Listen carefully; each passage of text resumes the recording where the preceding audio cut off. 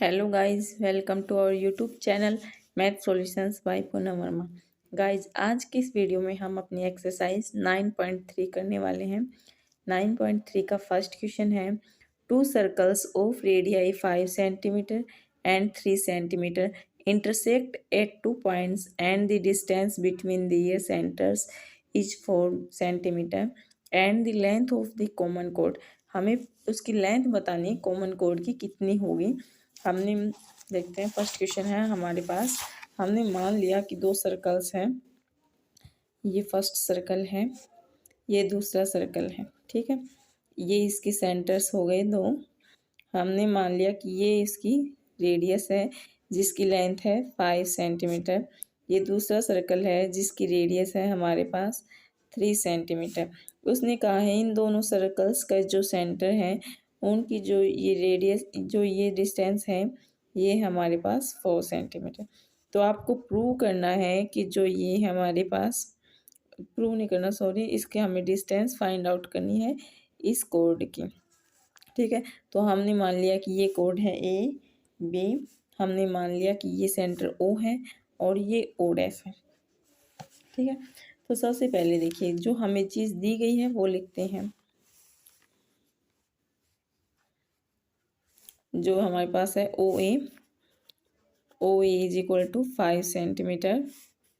दूसरी है O dash A is equal to 3 centimetre और O dash is equal to 4 centimetre. ये चीज़ दी गई है इसने हमें। तो हमारे पास हमने देखा कि इस टाइप से एक ट्रायंगल बन गया है हमारे पास, जिसकी ये 5, ये 3 और ये 4 है। नाम है ओ डैश और ये हमारे पास है ए। तो अब देखिए, हमने देखा कि यहाँ पे हम पाइथागोरस थ्योरम लगा के देखते हैं। पाइथागोरस थ्योरम क्या कहती हैं? बाय पाइथागोरस थ्योरम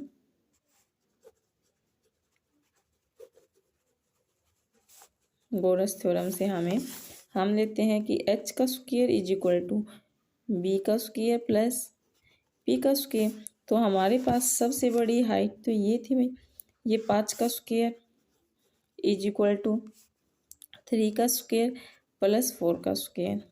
हमने किया यहाँ से 25, यहाँ से 9 प्लस 16, ये भी होता है हमारे पास 25। तो हमारी पाइथागोरस थ्योरम सिर्फ हमें पता है कि हमारे पास जब राइट एंगल ट्रायंगल होगा तो उसी पे लगेगी। तो यानी कि ये ट्रायंगल इस टाइप का न हो के हमारे पास इस टाइप से कुछ ये ट्रायंगल रहा होगा। फिर हम चलते हैं अगले पोर्शंस पे।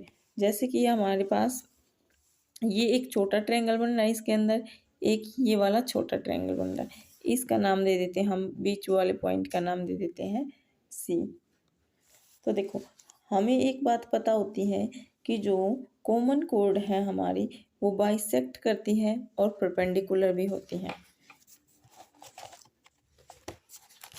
तो हम यहाँ पे वो बात लिख सकते हैं कि हम ये बात जानते हैं, हमने पिछले एक्सरसाइज में किया था। We know that the common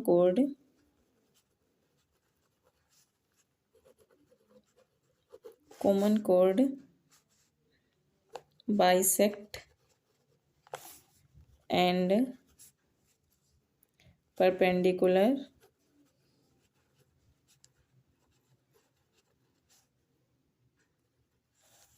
कि जो कॉमन कोड है वो क्या है, बाइसेक्ट करती है और परपेंडिकुलर है ऑन इट्स सेंटर, इसके सेंटर्स के ऊपर है वो, ठीक है। तो यहाँ से हमने देख लिया पाइथागोरस थ्योरम लगा के कि यहाँ से हमारे पास ट्रायंगल है वो एक राइट एंगल ट्रायंगल है। तो हमने अब उसका एक, जब राइट एंगल ट्रायंगल है हमारे पास तो हम उसका एरिया निकाल सकते हैं। जैसे कि ये ट्रायंगल है, ठीक है, इसकी ये परपेंडिकुलर हो गई, ये बेस हो गया, ये हाइपोटेनस हो गई। तो राइट एंगल ट्रायंगल में हम एरिया फाइंड कर सकते हैं। एरिया ऑफ ट्रायंगल क्या होता है, 1/2 बेस इंटू में हाइट। तो यहाँ से क्या हो जाएगा, 1/2, बेस कितना है इसका 4 है और हाइट कितनी हो गई इसकी, जब यही था तो यही हो जाएगी इसकी हाइट 3। ये कट किया हमने 2 पे, तो 3 2 जा 6 सेंटीमीटर स्क्वायर, ये इसका हमारे पास एरिया निकल गया। तो अब जब हमने इसका एरिया निकाल लिया है तो हमें तो देखो इस ट्रायंगल के अंदर ये वाली चीज़ चाहिए, इसकी लेंथ चाहिए हमें तो, ठीक है। तो इसकी लेंथ निकालने के लिए हम क्या करेंगे, हमारे पास ये भी एक राइट एंगल ट्रायंगल ही बन रहा है, ठीक है। तो ये इसकी पूरी क्या हो गई, हाइट हो गई, जिसे हम सिर्फ ये नाम दे के लेंगे AC नाम से। Area of triangle is equal to 1/2 base into में हाइट। एरिया हमने निकाल लिया 6 है और यहाँ से आ गया 1/2 और बेस इसका कितना है 4 है और हाइट को तो हम सिर्फ AC ही ले रहे हैं। तो यहाँ से हमने काटा इसको 2 पे, यहाँ से क्या हो जाएगा 6 is equal to 2 times of AC और यहाँ से AC इज इक्वल टू क्या हो जाएगा, AC की वैल्यू 3 हो जाएगी। लेकिन हमने देखा कि हमने तो सिर्फ इसको नाम दिया है AC, इतने हाफ को, और अभी अभी हमने पढ़ा था कि जो ये है इसको बाइसेक्ट भी करती है और परपेंडिकुलर भी है। जब ये बाइसेक्ट कर रही तो AC इक्वल है BC के इक्वल होगी, ठीक है। तो यहाँ से क्या हो जाएगा हमारे पास AC is equal to BC और यहाँ से हम क्या कह सकते हैं AB is equal to AC plus BC और यहाँ से हमारे पास 3 + 3 इज इक्वल टू 6 सेंटीमीटर आ गई उस कोड की लेंथ। नेक्स्ट क्वेश्चन देखते हैं अपना, क्वेश्चन नंबर 2। क्वेश्चन नंबर 2 कहाँ है, if 2 equal codes of a circle, circle की 2 इक्वल कोड्स ली है, इंटरसेक्ट करती हैं with in the circle, circle के अंदर वो इंटरसेक्ट करती हैं एक दूसरे से। प्रूव दैट दी, हमें प्रूव करना है segment of one code are equal to corresponding segments of the other code, जो उसकी लेंथ है वो दूसरे कोड की लेंथ के इक्वल प्रूव करनी है, उसकी जो कोड्स वो बनेगी सेगमेंट। देखिए एक बार क्वेश्चन देखेंगे तब अच्छे से समझ में आएगा। हमने लिया एक सर्कल, ठीक है, इसने कहा है 2 इक्वल लेंथ की कोड बनाइए, तो हमने एक कोड ये बना दी और दूसरी कोड ये बना दी, ठीक है।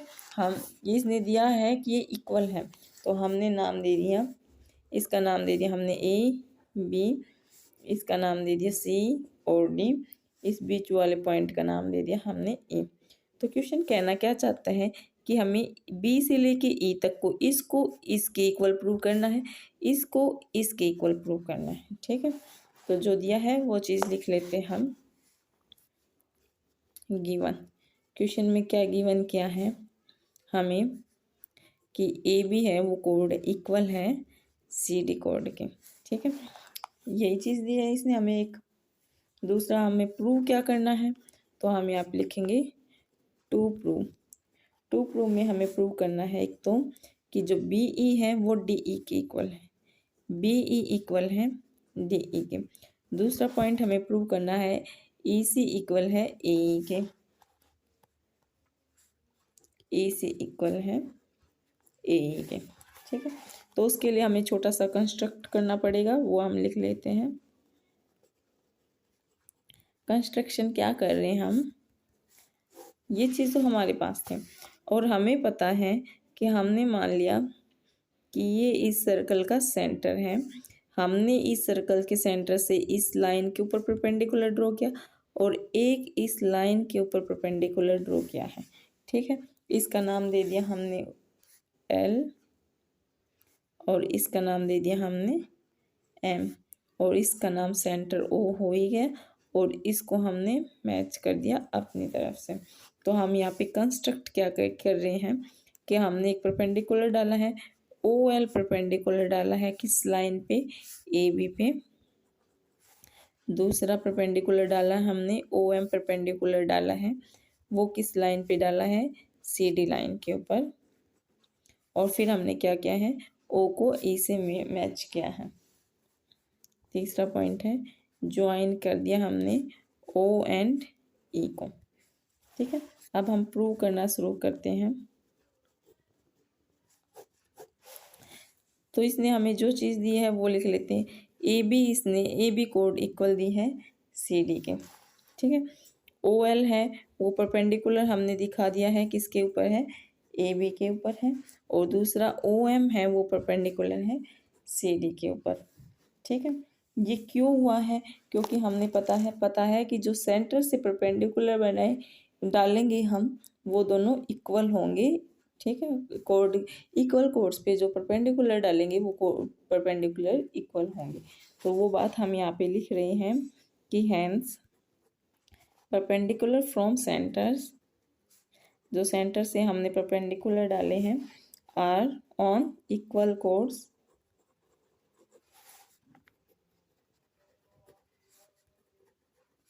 Are equal. ठीक है, देखो जो दोनों की दोनों कोड इक्वल थी, सेंटर से हमने इसके ऊपर परपेंडिकुलर डाले हैं ये, तो इसने कहा है जब इक्वल कोड्स के ऊपर हम सेंटर से कोई परपेंडिकुलर ड्रॉ कर रहे हैं तो वो इक्वल ही होंगे। तो यानी कि ओ एल है वो इक्वल हो जाएगा ओ एम के। तो यहाँ से क्या हो गया, जो ओ एल है वो इक्वल हो गया हमारे पास ओ एम के। तो अब हम यहाँ से देखिए क्या कर रहे हैं, हम ट्रायंगल ले रहे हैं। जो हमारे पास ये छोटा सा ट्रायंगल बनाना है, यहाँ से लेके यहाँ तक का और यहाँ से लेके यहाँ तक का, इस पोर्शन को मैं अलग से दिखा रही हूँ।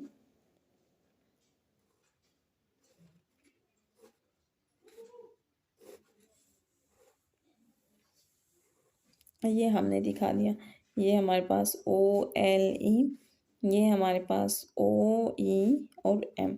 तो देखिए ये ओ ई, क्या ये ओ ई सेम है? तो हम ये ट्रायंगल ले रहे हैं, in triangle O L E and triangle दूसरा कौन सा है, O M E, O M E, ये ट्रायंगल है। इसमें हमारे पास क्या क्या चीज़ है, देखो परपेंडिकुलर ड्रॉ किया है हमने, तो ये वाला एंगल और ये वाला एंगल 90 डिग्री होंगे। तो यहाँ से हम लिख सकते हैं कि जो एंगल एल है वो इक्वल होगा एंगल एम के। ये क्यों है 90 डिग्री है, क्योंकि हमने डालने हैं खुद परपेंडिकुलर। ये हमारे पास क्या है, राइट एंगल ट्रायंगल है। ये चीज़ हमने लिख दी है। अब हमने देख ओ ई साइड ओ ई के कॉमन है, तो ओ ई इक्वल है ओ ई के। क्यों है? क्योंकि ये हमारे पास कॉमन है। ठीक है, दूसरी हमने दिखा दिया कि जो ओ एल है वो इक्वल होगा ओ एम के, क्योंकि ये बात हमने यहाँ पे लिख दी है।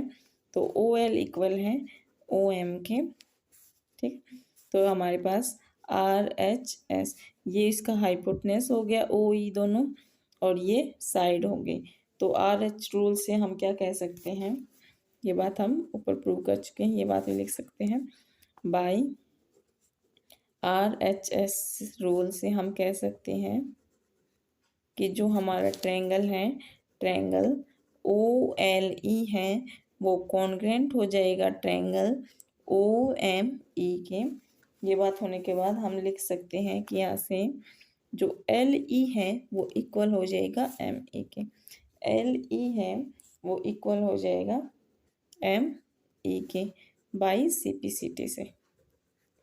ठीक है, ये बात हमारे पास, इतना तो हमने प्रूव कर दिया है, जिसका नाम दे दिया हमने 1। ठीक है, आगे भी करना है। कभी ये सोचो कि यहीं पे ख़त्म हो गया। अब देखिए ओ एल है वो परपेंडिकुलर था हमारे पास ए बी के ऊपर। तो यहाँ से क्या कहा था कि जो परपेंडिकुलर है वो बाइसेक्ट करते हैं। तो हम यहाँ से लिख देंगे perpendicular from centre bisect the code. तो हमारी कोड को भी क्या करेंगे, बाइसेक्ट करेंगे।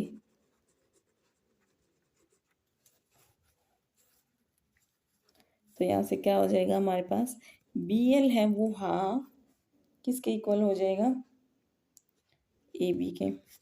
अब देखें हमने ये परपेंडिकुलर डाला, ये हमारी पूरी कोड थी। अब ये हमने कहा कि इसको बाइसेक्ट करेगा, तो जो बी एल है वो पूरी हाफ नहीं हो जाएगी ए बी के। तो हमने यही लिखा है बी एल इक्वल है हाफ ऑफ ए बी के, हाफ हो जाएगी। इसी तरह हम सिमिलरली दूसरी के लिए बोल देंगे। ठीक है, तो यहाँ से क्या हो जाएगा, जो डी एम है वो इक्वल है हाफ ऑफ डी सी के या सी डी के। ठीक है, तो यहाँ से तो हमारे पास क्या था कि जो ए बी है वो सी डी के इक्वल था, और यहाँ से क्या हो जाएगा, जो बी एल है वो डी एम के इक्वल हो जाएगा। ये हमने ले लिया इक्वेशन 2, इसका नाम हमने दे दिया इक्वेशन 2।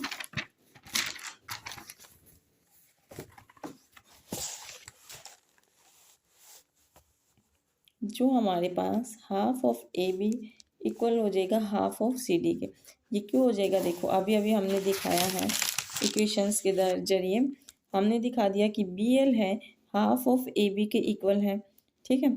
और यहाँ से दिखा दिया कि जो हमारे पास बी एल है वो डी एम के इक्वल है, ठीक। तो हमने इनकी जगह पे यही लिखा है, हाफ ऑफ ए बी